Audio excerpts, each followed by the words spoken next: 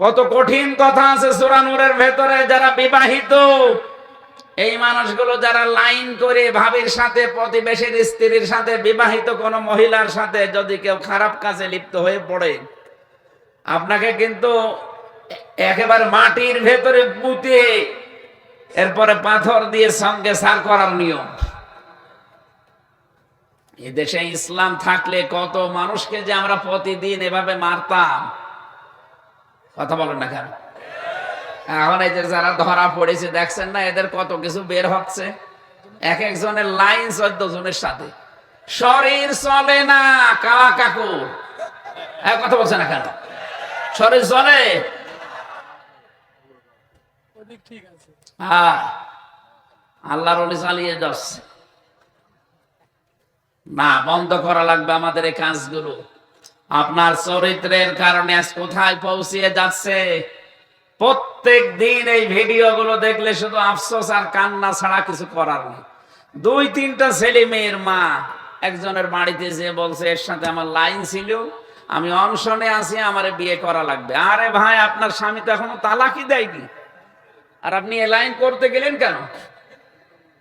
এই অপচয়ে যারা আছেন এক্ষণে রোধ করবেন। এর জন্য আমার কথা ছিল, কেউ যদি আমরা ঈমান আনতে চাই, প্রথম নাম্বারে আমাদের তাগুত ছেড়ে দেওয়া লাগবে। এটা শয়তান তাগুতের প্রথম অর্থ। শয়তানের এই কাজগুলো যারা করছেন এটা ছেড়ে দিয়ে আপনি ঈমান আনবেন।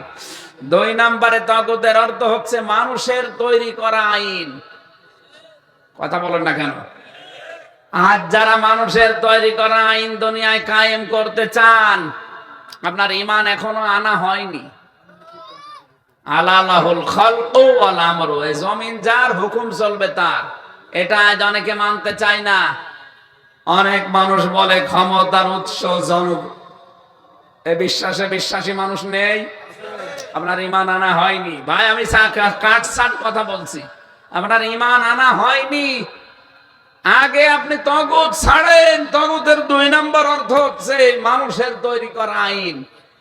মানুষের তৈরি করা আইন কায়েমের চেষ্টা করবেন, দল করবেন, সংগ্রাম করবেন, ভোট দেবেন, আর বলবেন আমি লা ইলাহা ইল্লাল্লাহ। আপনি আল্লাহর সাথে প্রতারণা করছেন। সুতরাং আগে তাগুত ছেড়ে দিতে হবে, এরপরে ঈমানের দাবি করা লাগবে। আল্লাহ আমাদেরকে মেনে নেওয়ার তৌফিক দেন, বলেন আমিন। কোরআনের হক কয়টা বলেছিলাম? 6টা। 1 নম্বরে কোরআন চায় আমরা যেন তারপরে ঈমান আনি এইভাবে। 2 নম্বরে কোরআন আমাদেরকে পড়তে হবে শুদ্ধ করে। 3 নম্বরে হক কোরআন আমাদের কাছে চাই, পড়লে হবে না, এটা বুঝতে হবে। ওয়ালাকাদ ইয়াসসারনাল কুরআনা লিযিকরি ফাহাল মিন মুদ্দাকির। 4 নম্বরে শুধু পড়লেই হবে না, বুঝলে হবে না, এটা নিজের জীবনে বাস্তবায়ন করা লাগবে। শুধু বাস্তবায়ন না, 5 নম্বরে এটা যেন মানুষ মানতে পারে সেই ব্যবস্থা করা লাগবে। 6 নম্বরে কোরআনে কারীম মেনে চলছে মানুষ, এই দৃশ্য দেখার চেষ্টা চালাতে হবে। হয়তো এই দৃশ্য সবাই দেখে যেতে পারবে না। কোরআনের পাখি বারবার জীবনে স্বপ্ন দেখে বলতেন যে আমার স্বপ্ন এই দেশে জালিমদের নাকের ডগার উপরে কোরআনের পতাকা পথ পথ করে উঠবে। কিন্তু উনি দেখে যেতে পারেননি, স্বপ্ন দেখেছিলেন। কথা বলেন না কেন? উনি স্বপ্ন দেখেছিলেন এই দেশে ইসলামের পূর্ণাঙ্গ রূপ এই বাংলাদেশে কায়েম হবে। দেখে যেতে পারেননি, কিন্তু স্বপ্ন দেখেছিলেন।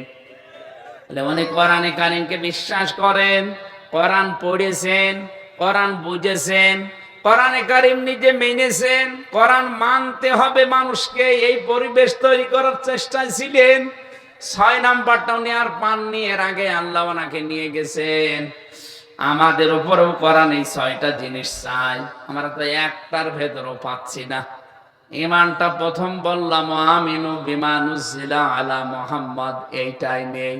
বাকিগুলো তো আর হবে না। বলেন না আমরা শুদ্ধ করে পড়তে পারি? এখানে যত মানুষ আছে আজকের সভাপতি সহ আমার মনে হয় কোরআনে কারীম শুদ্ধ করে পড়ার মতো মানুষ আমরা অনেকেই কম।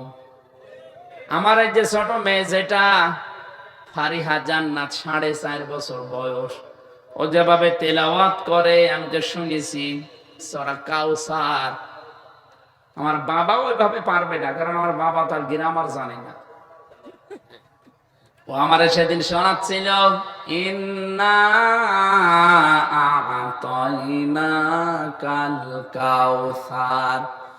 আমি বললাম এই যে ইন্না, এখানে গন্না হবে কেন বলেন তো, কেন আপনি জানেন না?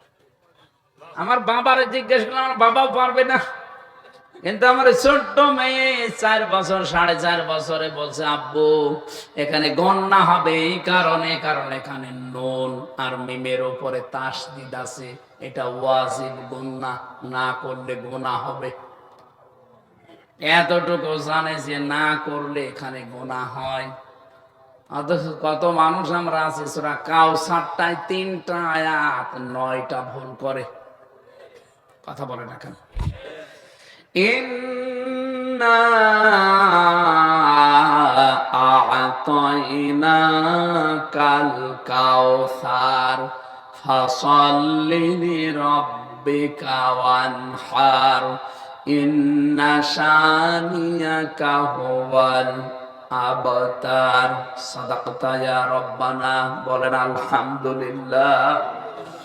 এই 6টা হক আমরা সামনে নিয়ে কোরআনে কারীমের সূরা মুতাফফিফিন 22 নম্বর আয়াত থেকে তেলাওয়াত করেছিলাম।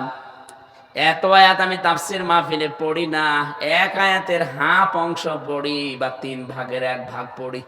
আজকে বেশি পড়ে ফেলেছিলাম, যেহেতু সময় মনে করলাম অনেক আছে। আমার মাইকটা ভালো থাকলে আমি এখনো ঘন্টা খানিক চালাতাম, কিন্তু গলা বসে যাচ্ছে বলে আমি শেষ করে দেব।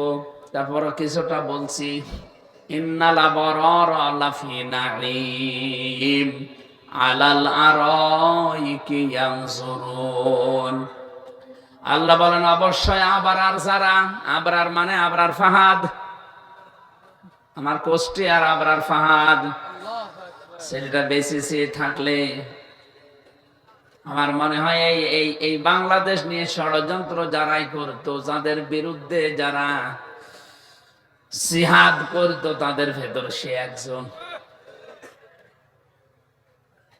ফেনীর এই পানি নিয়ে একবার লেখালেখি করেছিল জালেমরা, তাকেও শেষ করে দিল। তাকে যারা হত্যা করেছিল সবগুলো আমার পাশের ছেলে ছিল, আমি দেখেছি, মাঝে মাঝে আসতো। আফসোস করে এখন বলে না, জীবনে ঠিক করি নাই। এই ছেলেটা কি করতো? তো দেশের পক্ষে ছিল, তো ইসলামের পক্ষে ছিল।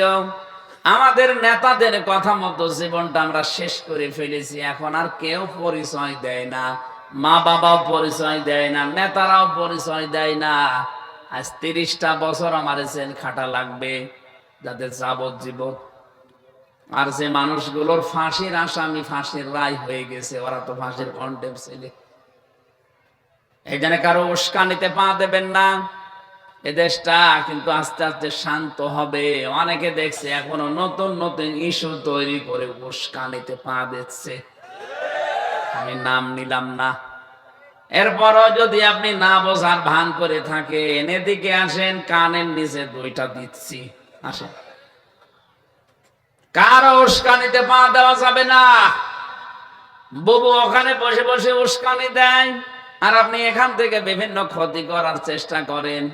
একবার যদি 4 দেওয়ালের মাঝে চলে যান, বাপ বলারও সময় পাবেন না, কারণ ভেতরের অবস্থা তো দেখে আসলাম। কেউ কারো না ওখানে।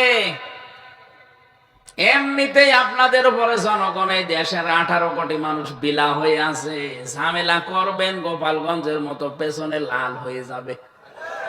কি দেখেননি কি পিটানো পিটিয়েছিল ওই সময়? নাকি গোপালগঞ্জ থেকে ঢাকায় কেউ যদি বসে আসে 300 টাকা, আর দাঁড়িয়ে আসলে 1000 টাকা। বসে আসবেন কি করে? এই জন্য কারো উস্কানিতে পা দেওয়া যাবে না। নোয়াখালীতে অনেকে উস্কানিতে পা দেয়। কার উস্কানিতে পা দেবেন? সেই তো পালিয়েছে। কথা বলেন না কেন? দেশটা আমাদের, আমাদের মতো করে আমরা সাজাবো। আবরার মানে নেককার। আবরার মানে কি? ইন্নাল আবরারা লাফি নাঈম, অবশ্যই আবরার যারা, নেককার যারা। আমি কিন্তু সালেহ শব্দের ব্যাখ্যা বলেছিলাম। সালেহ মানে শুধু নেক না, শুধু সৎ না, কি জানো, যোগ্য। বলেন বলেন, আমাদের যোগ্যতা অর্জন করা লাগবে।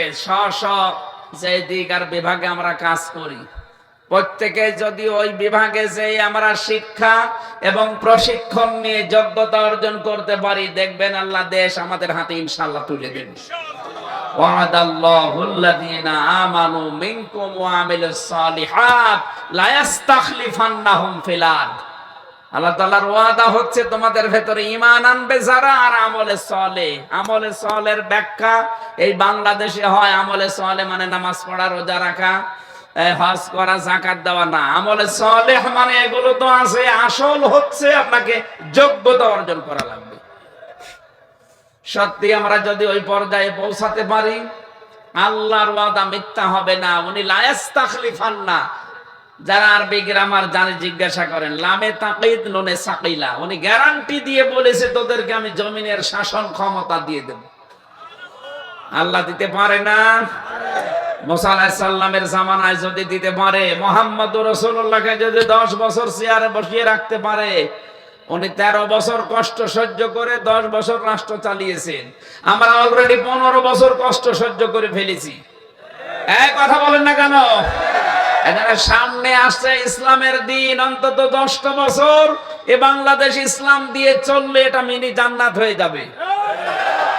যারা মেয়েদেরকে জুজুর ভয় দেখান যে তোমাদের ঘর বন্দী করে ফেলবে, আমির জামাত ডাক্তার শফিকুর রহমান ঘোষণা দিয়েছে এদেশে ইসলাম আসলে সবচাইতে বেশি নিরাপদে থাকবে মেয়েরা। চাঁদাবাজি সর্বপ্রথম বন্ধ হবে বাংলাদেশ থেকে। আমরা এরকম একটা দেশ দেখতে চাই। এই কথা বলেন না কেন? যারা করছেন কিচ্ছু পারবেন না। মানুষ কিন্তু সব চশমা খুলে এখন দেখতেছি। আর গোয়েন্দা বিভাগের সাথে আমি কথা বলেছি, তারা বলছে সব আমরা নখদর্পণে রেখেছি, কে কোথায় কি করছে এগুলো দেখে পরবর্তীতে যে দেখবো যে না এরা যোগ্য, দেশ চালাতে পারবে, তাদেরকে দিয়ে দেব। এই জন্য আপনারা যা করছেন, অনেকে হয়তো আবেগে করছেন, এগুলো বন্ধ করবেন। আমাদের আবরার হওয়া লাগবে। আবরার মানে নেক কাজ এবং যোগ্যতা সম্পন্ন। লাফি নাঈম, এই মানুষগুলোকে আমি নিয়ামতের ভেতরে রাখবো। ফিদ দুনিয়া ওয়াল আখিরাত, দুনিয়া এবং আখিরাত। আলাল আরাইকি ইয়ানজুরুন, এরপরে আল্লাহ আখিরাতের একটা দৃষ্টান্ত, একটা উপমা দিচ্ছেন আমাদের সামনে, একটা চিত্র তুলে ধরেছেন যে এরকম সারিবদ্ধ চেয়ার থাকবে, এই মানুষগুলো আখিরাতে আমি আল্লাহকে সরাসরি দেখতে পাবে, যারা আবরার। এখানে আবরার হওয়ার জন্য প্রায় 27টা গুণ অর্জন করা লাগে। কয়টা? আপনাদের শিল্পী এখন বসে আছে, আমরা তাফসীর আকারে কথা বলতে গেলে আমার মনে হয় আর হবে না, অনেক সময় দরকার এই আয়াতগুলো শেষ করতে হলে, আর ধৈর্যের বাঁধও আপনার থাকবে না। তাহারিফু ফি ওয়ুজুহিহিম নাদরাতান নাঈম, আল্লাহ তাআলা বলেন এই যে চেহারার ভেতরে একটা হাসির একটা প্রতিচ্ছবি ভেসে উঠবে চেহারার ভেতরে। ইসকাউনা মির রাহিকিম মাখতুম, এই মানুষগুলো পান করবে রাহিক। রাহিক শব্দের শাব্দিক অর্থ হচ্ছে যেটার মোড়ক এখনো কেউ খোলেনি। খিতামুহু মিসকুন, এই যে মিস্ক বলা হয় এমন পানিকে। অমিজাজুহু তাসনিম, তাসনিম এমন একটা পানিকে বলা হয় যে পানিটা এখনো ঢাকা আছে, ওটা এখনো কেউ খোলেনি। বাংলাদেশ সহ বিশ্বে দামি পানি যারা খায়, এই যে নীতা আম্বানি, মুকেশ আম্বানির স্ত্রী, এক বোতল পানি খায় 750 লিটার, 750 গ্রাম। 750 গ্রাম পানির দাম বাংলাদেশের টাকায় 51 লক্ষ টাকা। প্রতিদিন যদি 24 ঘন্টায় 4-5 বোতল পানিও তার লাগে, 3 থেকে 3.5 কোটি টাকার শুধু পানি খায়। আল্লাহ বলেন খিতামুহু মিসকুন ওয়া ফি যালিকা ফালিয়াতানা ফাসিল মুতানাফিসুন ওয়া মিজাজুহু মিন তাসনিম, আমি আল্লাহ এই চাইতে কোটি গুণে দামি তাসনিম খাওয়াবো, তাও অপরিমিত, মানে পরিমিত না, এ তো একেবারে লিমিট করা আছে। আর ওখানে আল্লাহর লিমিট ছাড়া খাওয়াবেন। আইনা ইয়াশরাবু বিহাল মুকাররাবুন, নিকটবর্তী যারা এরা আমি আল্লাহর এই পানি পান করতে পারবে।